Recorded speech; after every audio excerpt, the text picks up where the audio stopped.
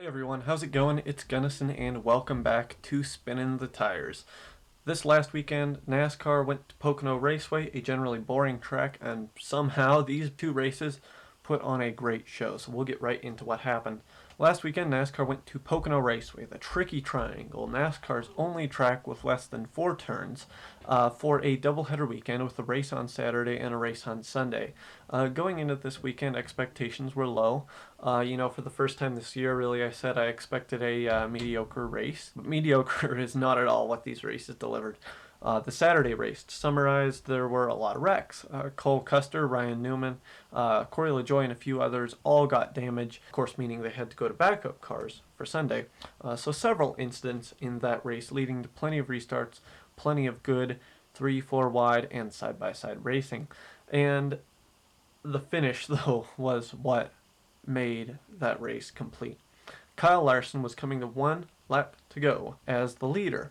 He went to turn 1, no problem. Turn 2, no problem. He gets down the short straightaway, though, to turn 3, the final corner of the race, and in a very Lightning McQueen-like moment, for those of you who have seen the movie Cars, he blows a tire in the final corner, leading Alex Bowman to pass him and get the win. So Bowman gets his 3rd win of the season. He's tied for 2nd most wins this year with, I believe, Martin Truex Jr. now. So pretty impressive drive for Bowman. He and Larson had been battling for several laps before Larson took the lead, and it was a great battle to watch. Honestly, really good quality racing for Pocono. So kind of feel sorry for Larson. It must be the worst feeling to have the tire blow in the last corner. Fortunately, he had a good attitude about it. It was pretty chipper after the race, but that I just hate for that to happen. So, but good for Alex Bowman, though. I'm not going to say he didn't earn that win. He did. He fought really hard and made some decisions that really helped him win that race, and he did a great job. Now for the second race, that one also was interesting. That one did not see as many incidents. It did see on the first lap an incident with Anthony Alfredo, who had gotten damaged the day before, so rough weekend for them. But also the 20 of Christopher Bell, 42 of Ross Chastain, both sustained some damage throughout the race. Feel terrible for Chastain. He had his day kind of ruined late 2 days in a row.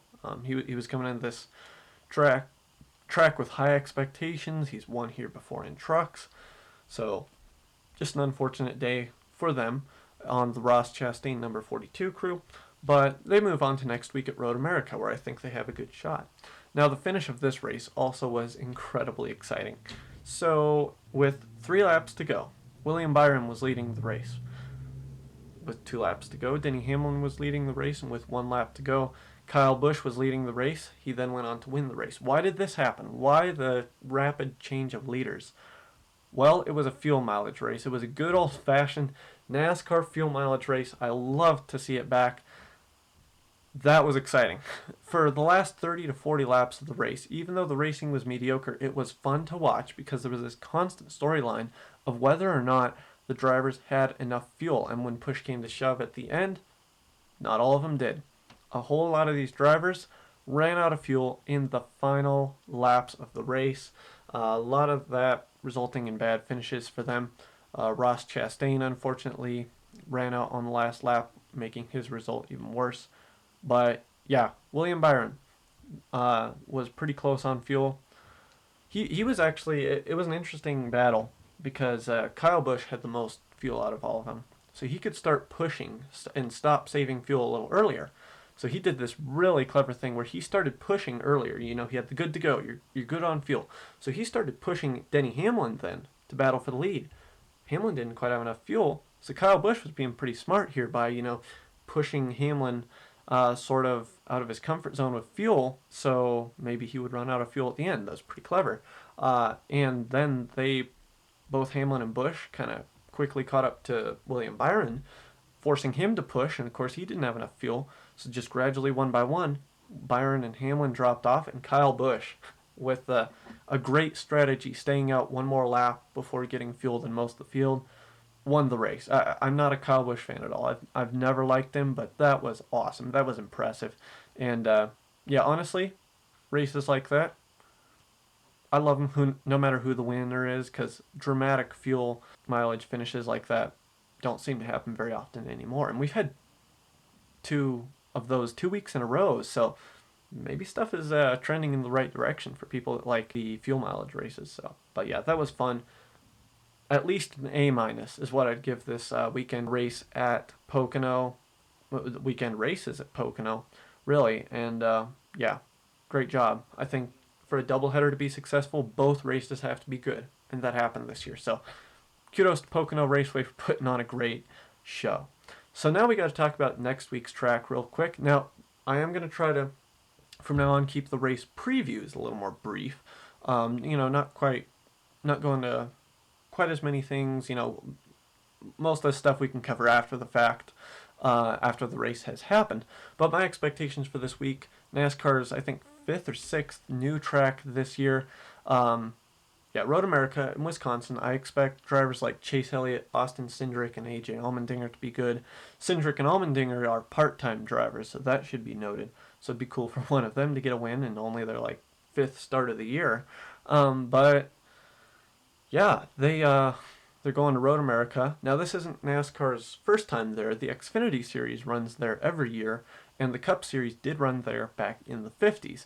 But yeah, the Cup Series hasn't been there since. So, and of course, never with these current cars. So it's going to be very fun. I think, aside from the rain, this is going to look a lot like Circuit of the Americas, with maybe a little added excitement. The track is narrow. It's got grass all around it that you can easily spin around in. Lots of slick surfaces.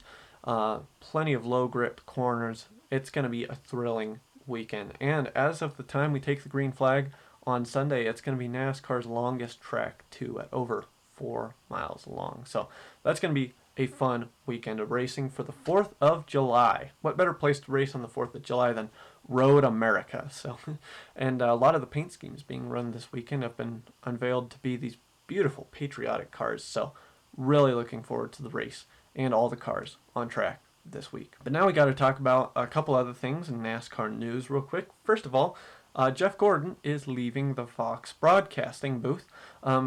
He was always a good commentator, but never great. He was never quite there with Mike Joy and Darrell Waltrip, guys like that. So I'm not gonna miss him a lot. What he's leaving to do is actually become vice president or something of Hendrick Motorsports, his team that he had all his success with. So I'm honestly happy for him. This is good for him. He's going to be right in his element, working with his people on the cars he won in.